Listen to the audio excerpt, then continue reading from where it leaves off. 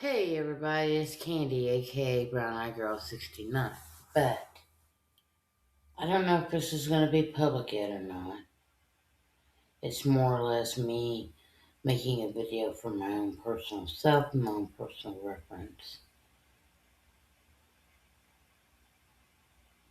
Since I made my last video, I've been doing a lot of deep diving into why I am the way I am. And I just started piecing some things together tonight because of a video I watched. I'll link it down below. About a story of a woman who was kidnapped. And what's wild about this story is this woman that was kidnapped in the town that I was living in at the time that she was kidnapped. She was 12 years old and I was like, when was it? 97. So I was like 27, 28 years old.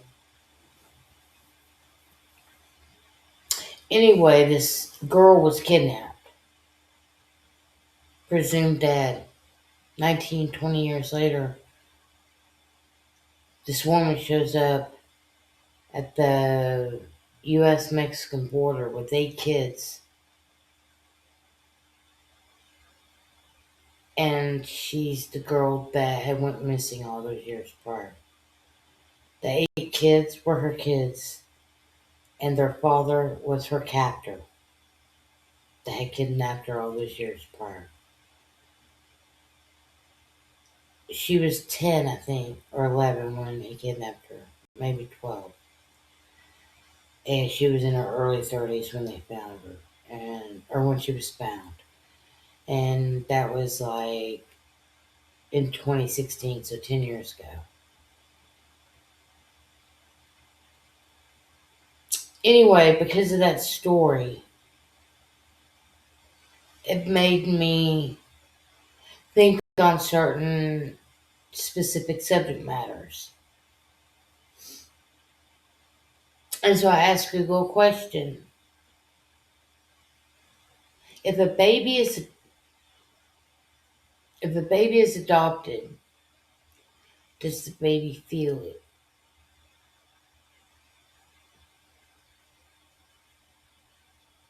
And the answer is yes. While in utero, the baby feels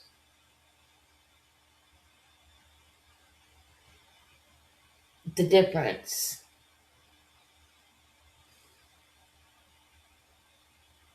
Stress levels in the mother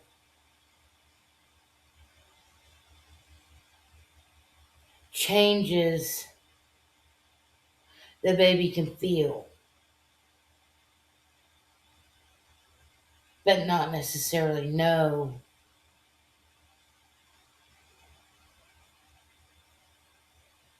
what's happening or going to happen. But neurologically speaking, it affects the child. Now, after the child's born, and it's known fact that the child's going to be put up for adoption, that bond that normally takes place immediately after that child's born is broke. The child is not allowed to see the baby's never allowed to see the mother. The mother is never allowed to see the baby.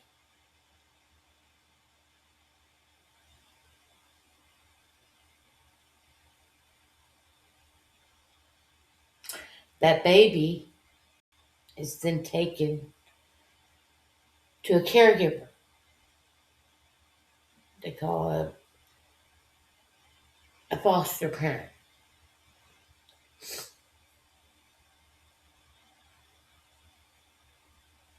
In the meantime,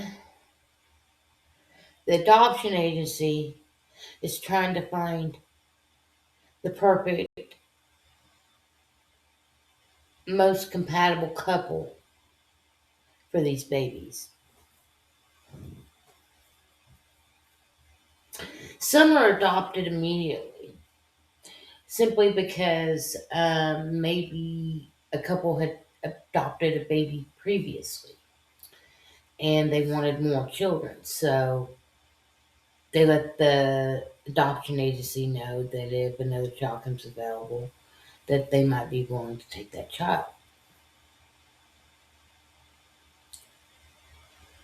In other instances, there was always first time parents. Um, and it really depended on the agency that you went through and kind of in a more of a who you knew kind of thing, I think. And how much money you had. As to how quickly you could get a healthy white baby. In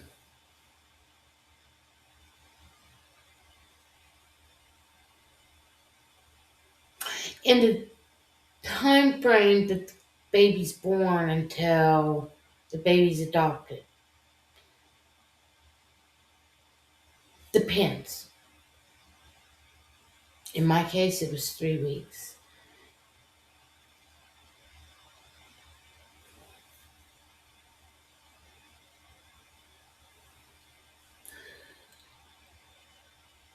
3 weeks of me being taken care of by usually it was just one couple that took on taking care of a baby or babies.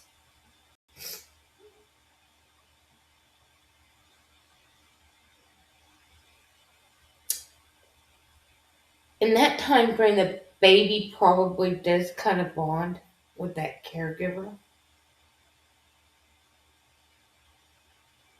but then it's whisked away again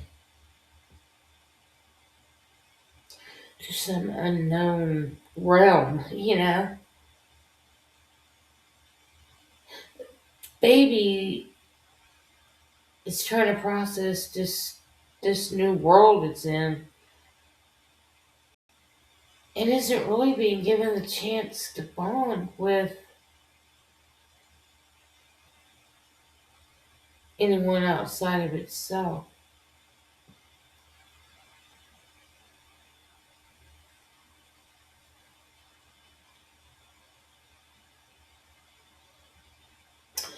It got me to thinking. I even had my moment here, my emotional moment where I cried like a baby.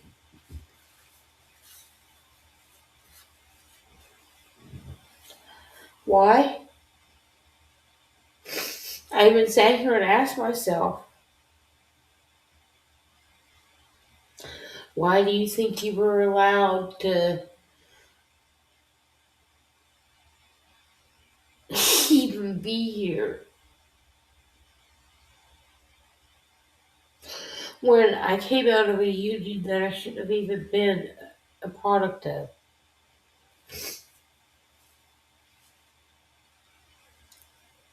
A union between a father and his daughter.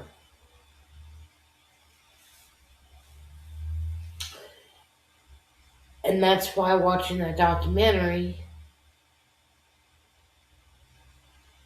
triggered it and made me ask the questions.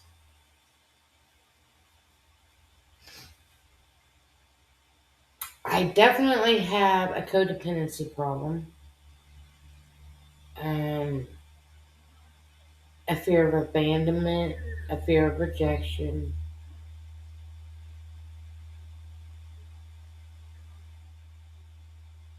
a fear of being left behind, fight or flight. Um,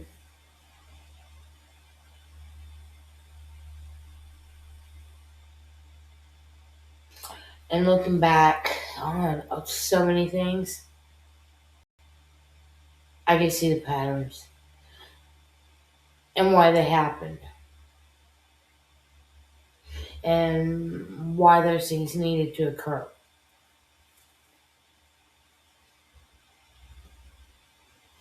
Now,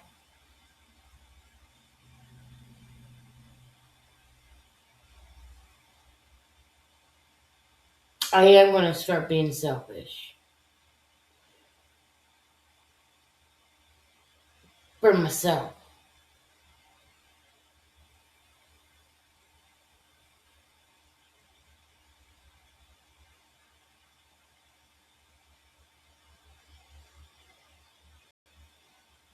This sort of kind of gives me the motivation that I was seeking, I think.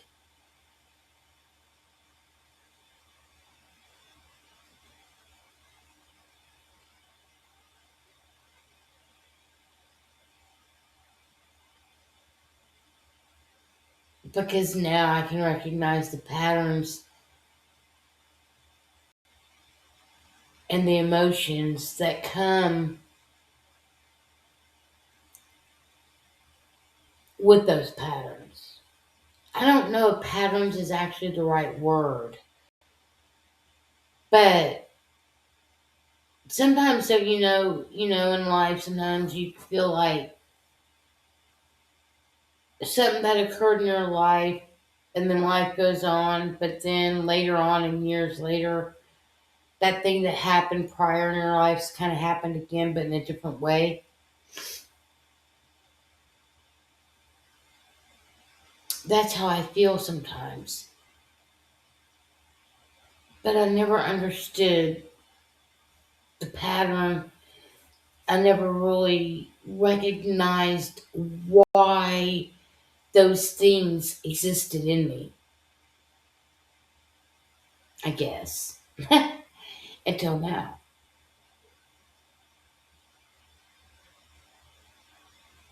And it's really strange as I sit here.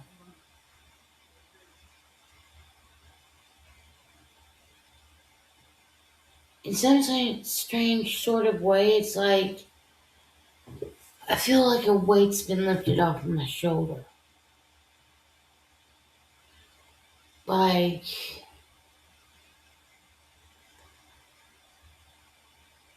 not like I've discovered anything new, but that it's all starting to make sense now. My whole life. Everything that happened to me in my life. It just seems like it's a little bit more clear.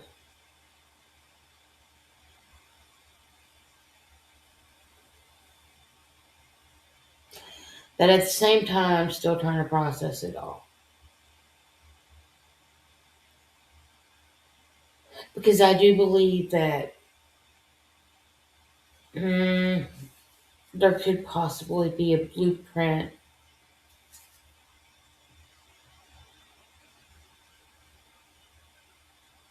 installed into us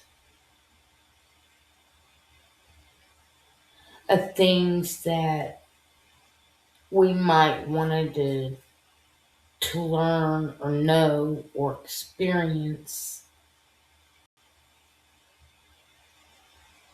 for growth purposes, knowledge purposes that will eventually grow into wisdom.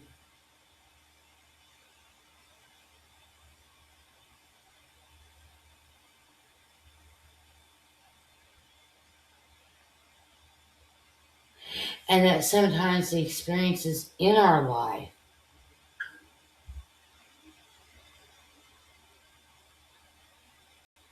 have to happen in order for us to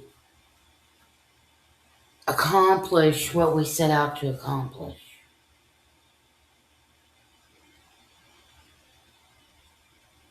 Anyway, that's just a short thought process of mine, one of many. Um, I am the type of person I sit here and I think a lot. I do a lot of soul searching and thinking and talking to myself. If I find myself having a thought that I can't seem to work out, then I'll start asking questions and start trying to break it down, break it apart.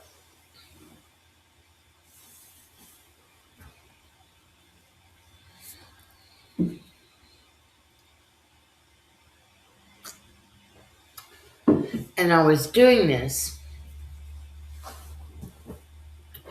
before I chose to make this video.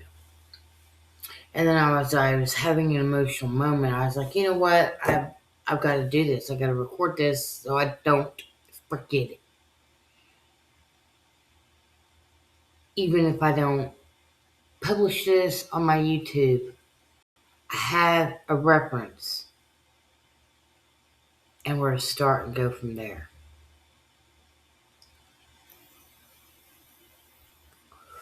Because honestly, I do feel like I do have some trauma, but what can I do about it? Other than accept the fact that things were the way they were and that the best outcome for me is what happened. Me being adopted was the best outcome for me. Being who I was and who my birth parents were. One being my grandfather and one being my half sister. And that is how it is. I won't sugarcoat any of it. Um, Even though they do have other labels, but those are their labels. My birth father was my grandfather, and my birth mother is my half sister, my oldest half sister. I have other half sisters, and I have a half brother as well. And then my birth mother has children after me. She had two girls and a boy. I just noticed the significance of that too, because even though I didn't have three children of my own, I do have three grandchildren, two girls and a boy.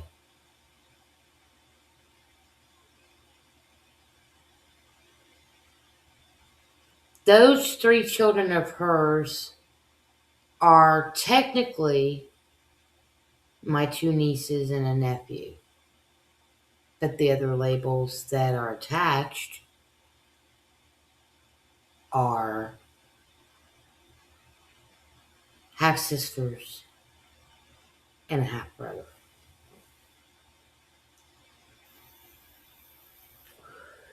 I've never met them, and I never will. I met my birth mother once,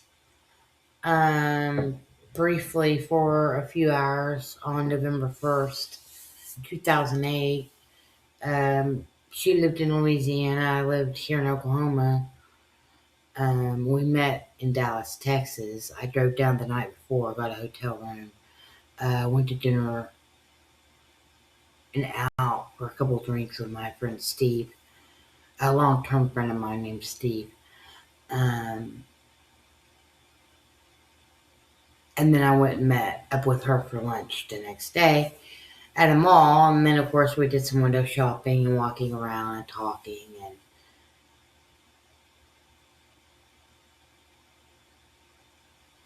we never seen each other again.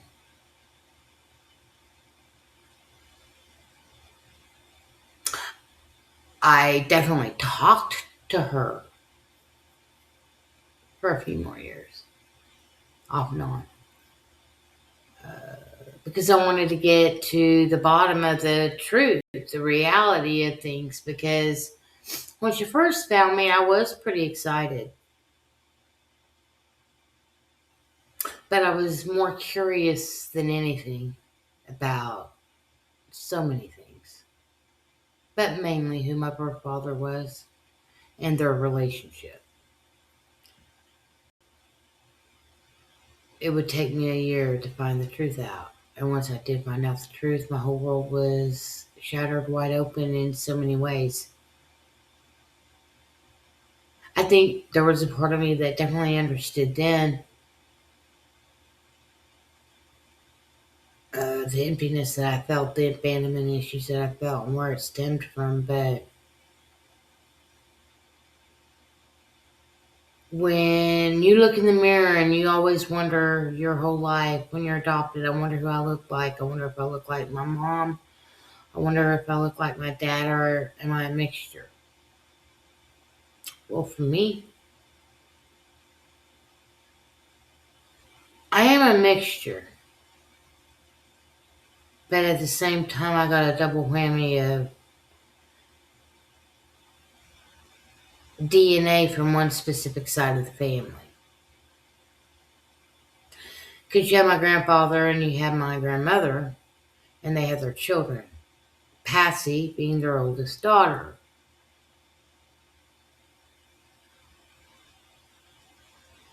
My grandfather then having relations with his daughter Patsy, and me being product of that.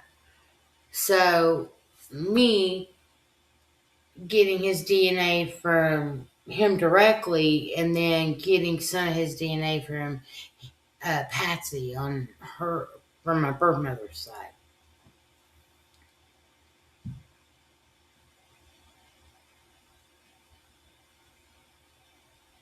gave me a little bit more of his DNA than my grandmother's DNA. Even though I do have some of my grandmother's DNA in me, but as far as my facial, physical, bodily appearance, that's definitely all from him.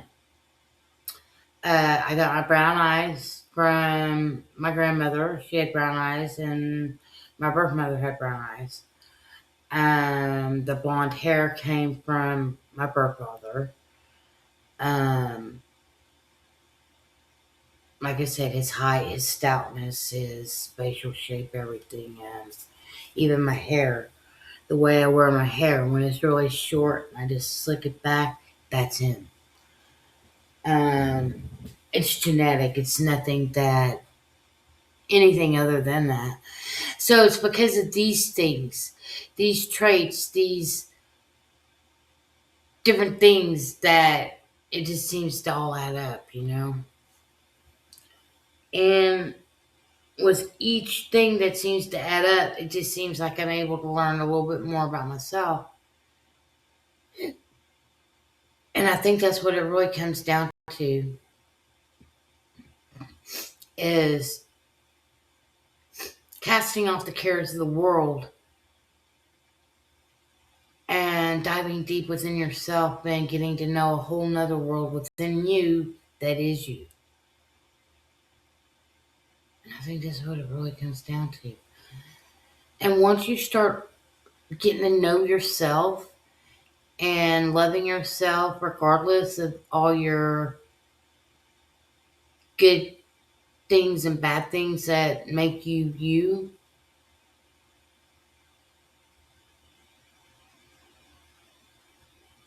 the you that you truly need to be on the outside slowly emerges, because the more you love the you on the inside, the more you take care of you on the inside, the more that causes action for you to do things that allows your outside to become better. I don't know, I'm just grateful for being able to be given this chance to have this perspective. It's not a bad thing, it's a good thing. And with that, I'm going to end it. But as always, it wouldn't be Candy, aka Brown Eyed Girl 69's channel, without me saying peace, love, hugs, and nugs, and having at least one or two tokes before I call it a night.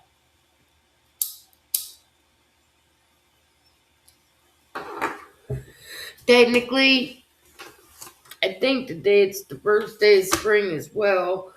It is, because it's March the 20th of 2026, which is actually day 79 of year one, and it is approximately 2:22 a.m. in the morning. After I get done with this video and uploading the video,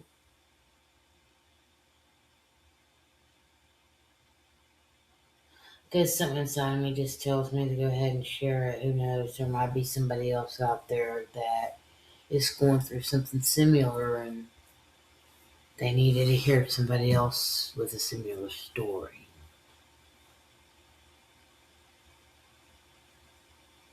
But I am definitely going to get out and try to DoorDash today and do a few things to try to make some extra bucks. All my bills are paid. Cell phone bill got paid. Car insurance got paid. All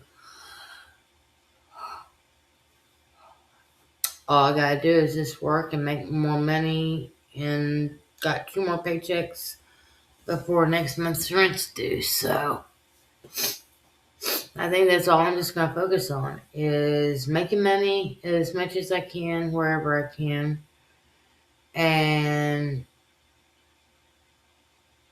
starting to try to implement more positive habits into my life versus what I have now.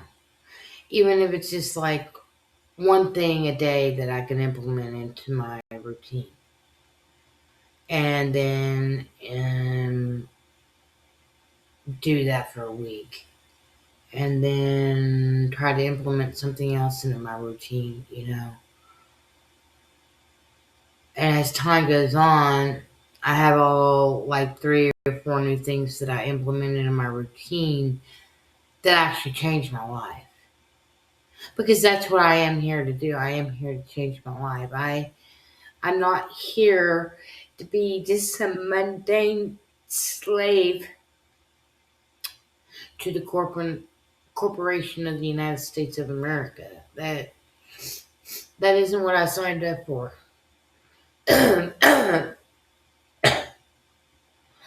I came here to be the best version of myself that I could possibly be, and right now I don't feel like I've done that. And it's time for me to get my ass in gear and get in shape and get the ball rolling and kick down the road. And that's what I'm going to do. Change my life. For me. Nobody else. Nobody else's opinions. Nobody else's praises or bad reviews. For me. Me only. Nobody else. That's what it's here for. That's what I'm here to do, is change my life.